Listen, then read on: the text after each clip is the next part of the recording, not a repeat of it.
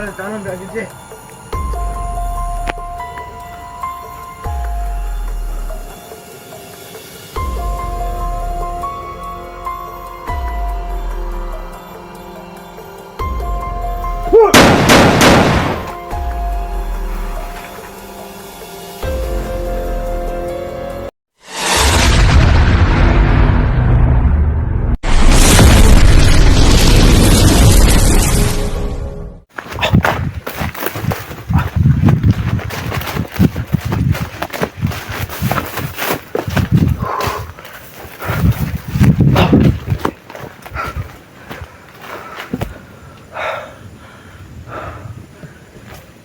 So ayan mga tol, magandang hapon sa lahat tol.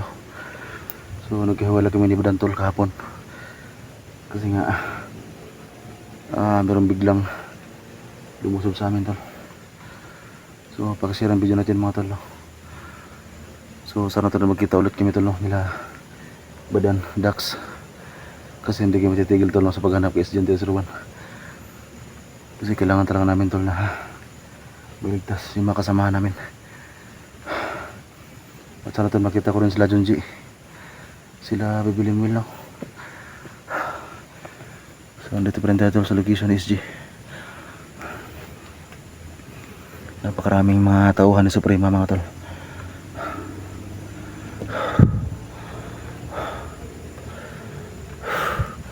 So grabe yung putok tol kahapon. Grabe yung putok kahapon mga tol. So sobrang dami ng mga tauhan ni Suprema.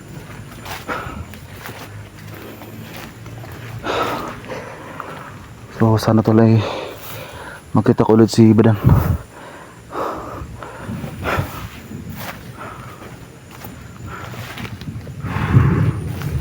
Sobrang lakas ng ulan kaya na mga tol, kaya medyo natagalan tayo sa pagupin ng video natin. Ang gagawin natin ngayon mga tol, magmasid-masid lang tayo.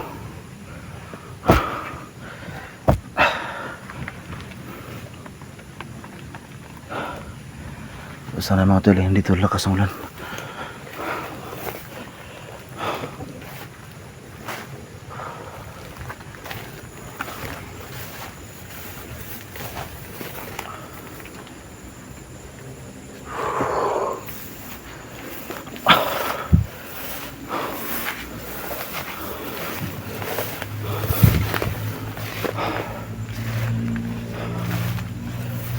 Sila dito.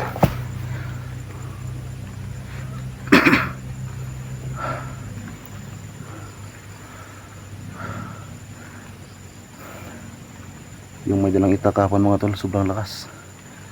Baliwala yung mga bala namin. Pati yung nagbitbit tol ng kamera ni SG-01, sobrang lakas din. So yan tol, pakishare ang video natin mga tol no? At bago ko magpatuloy mga tol ay gusto ko lang kayong shoutout mga tol no? Sa ating mga solid supporter, sa ating mga silent viewers mga tol no? Shoutout sa inyo lahat. Sa ating mga FW, ingat kayo mga tol. So grabe yung ating dito sa Pinas mga tol, grabe yung mga nangyari ngayon tol sa gobyerno. So mas lalong gumagawa ng masama tol yung mga bandido dito ngayon, dahil nga mismo tol no, yung Senado dito ay nagkagulo. So grabe yung mga pangyayari mga tol. Pero kahit ganun pa man mga tol no, ay kailangan pa natin magpatuloy mga tol no, para sa kabutihan.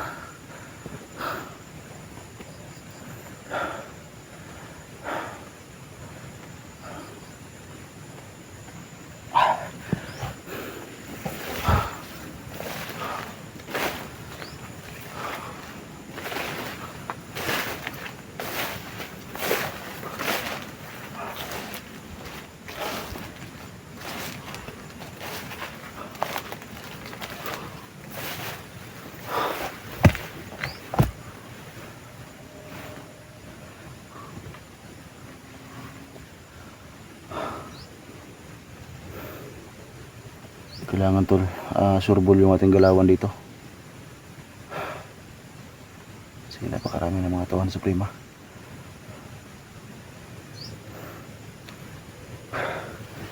Hindi ko alam tol kung natamaan si Badan nung pinagbabaril kami dalawa. Kasi nagkahiwalay kami tol. Sobrang daming putok na binitawan ng mga bandido, tauhan ni Suprema. Sobrang laki pa ng mga putok tol, kasi nga sobrang haba ng mga barila. So sana mga tol na walang tama sa bidan, kasi ako yung unang nakatakbo. So sana ay walang naging problema sa bidan.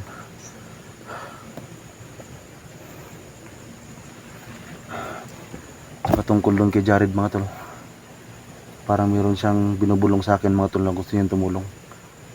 Pero yun tol, kailangan ko pang pag-isipan tol, no? Kung dapat pa talagang sumama si Jared dito, kasi ayaw ko rin tol, no, na mapahamak yung bata mga tol, kahit alam natin na malakas yung kanyang kapangyarihan.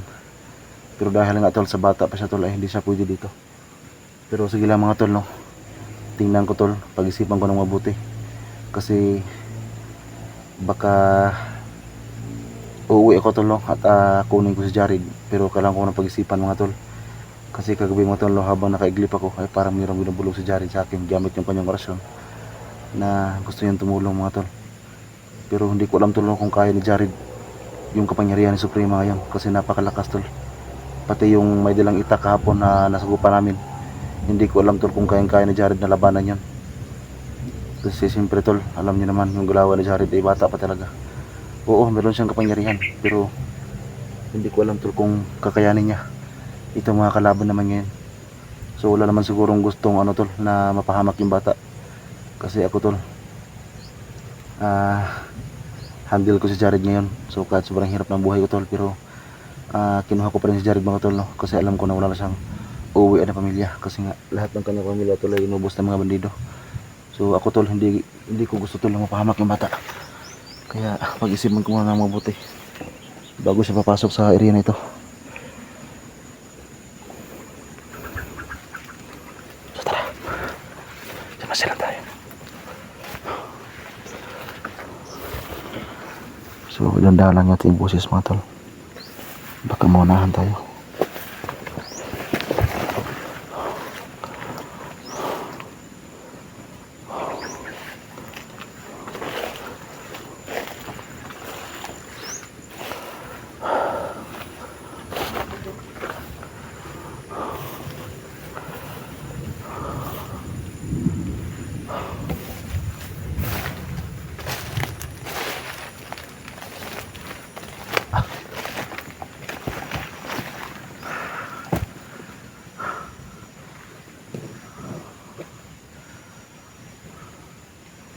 Sama tayo.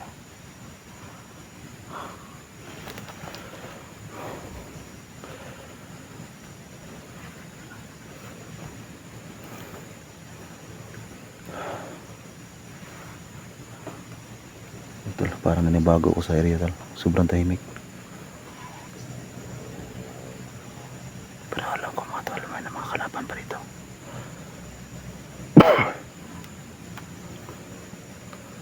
Alam ko rin nandito pa si yung may dalang mga itak mga tol. Baka gumagamit lang silang takulilong dito.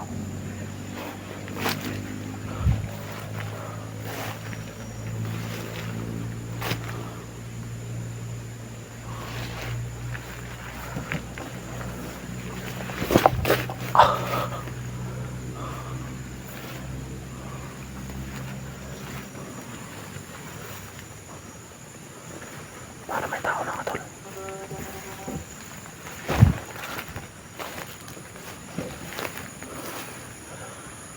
Ramdam ko may kalaban dito.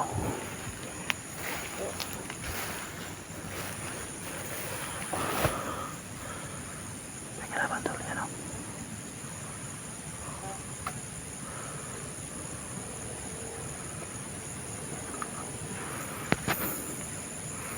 Sabi ko na nga pa may kalaban o.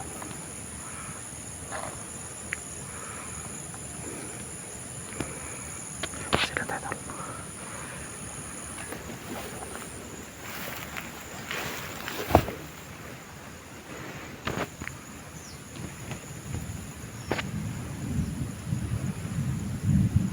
Lapot tayo. Mantik makapagkita tol. Sila tayo. Wala tangan gak gede.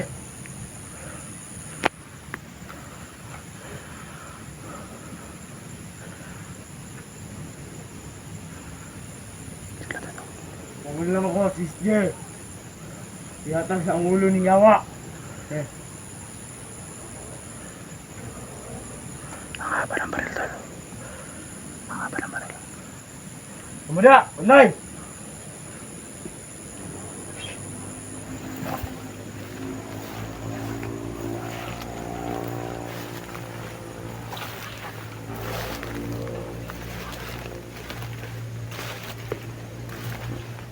Mandoy mo na, Mandoy!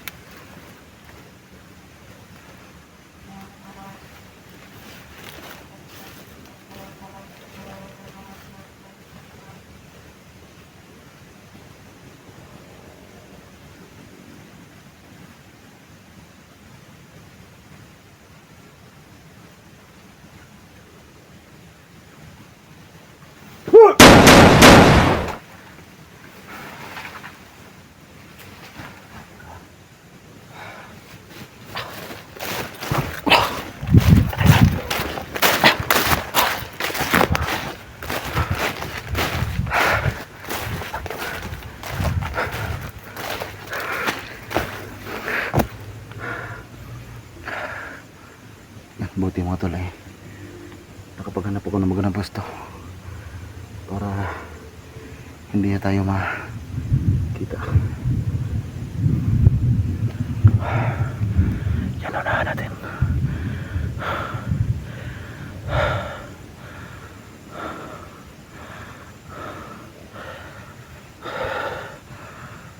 Kasi tayo unahan, tol.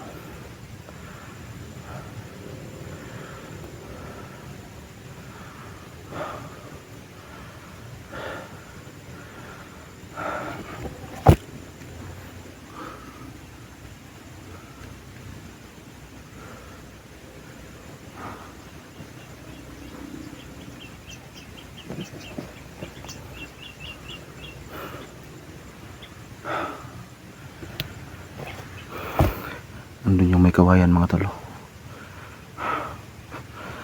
Doon may kawayan. Ang sabi ni Bran sa akin Japon mga tolo, sobrang dami daw ang mga nakabantay dyan. Yung may kawayan tolo.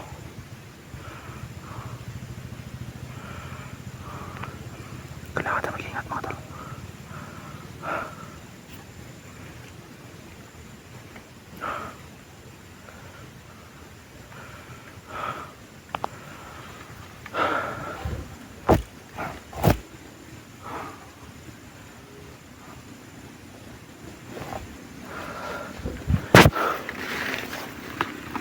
Dami sa akin.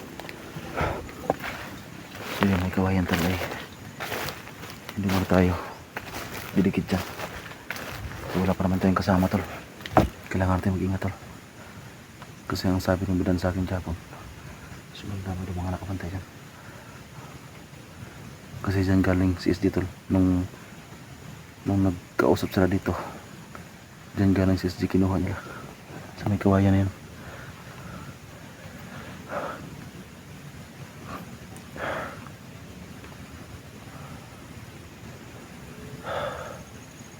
Kaya dapat walang tol, maingat tayo.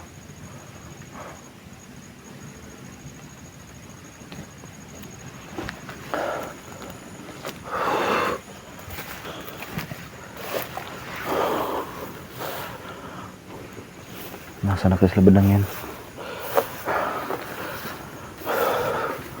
Sila Dax mga tol. Saan na kayo sila?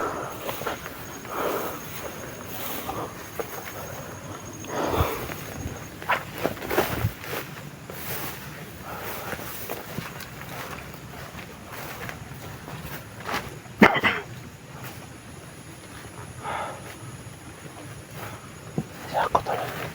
Kala ko kung ano, sako pala.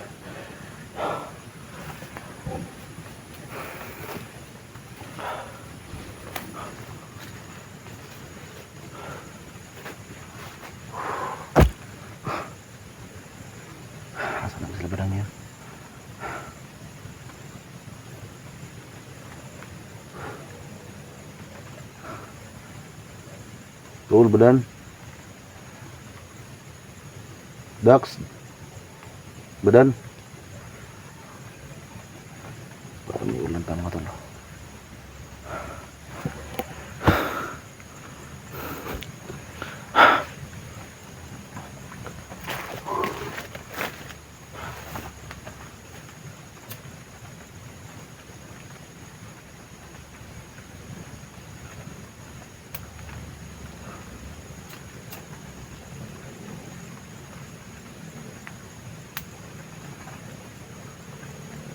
Sama.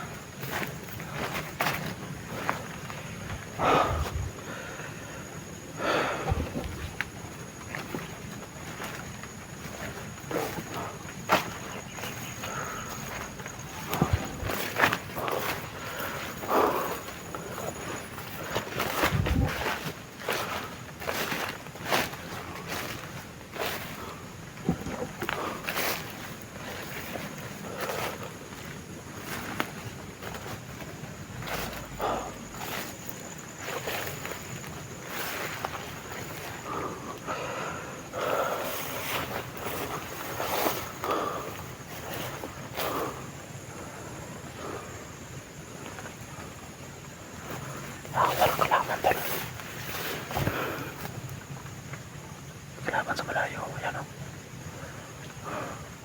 Ang haba talaga ng mga baril nila.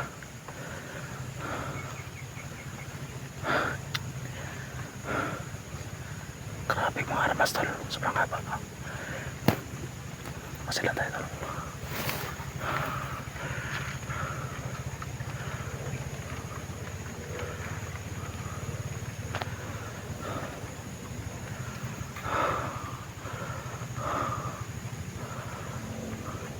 Malayo tayo tol. Hindi makakita sa atin.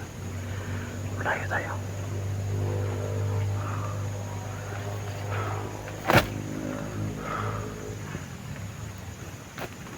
Sila tayo.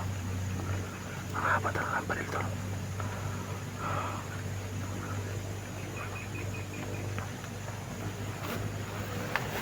Tingnan natin kung anong gawin niya.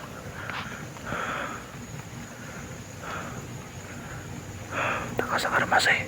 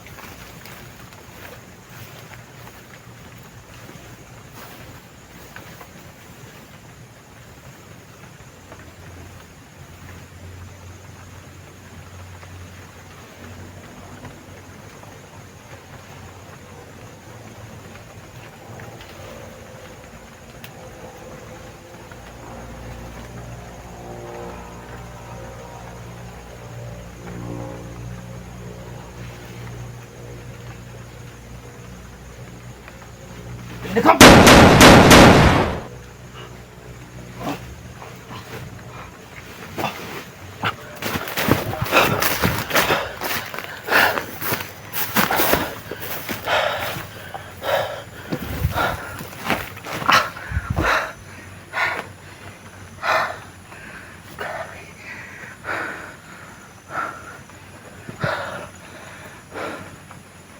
Patulong mo.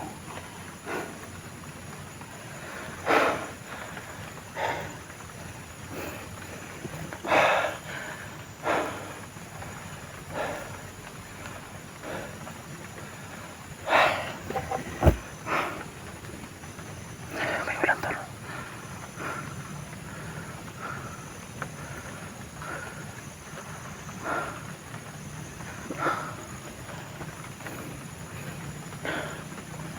Salamat tayo.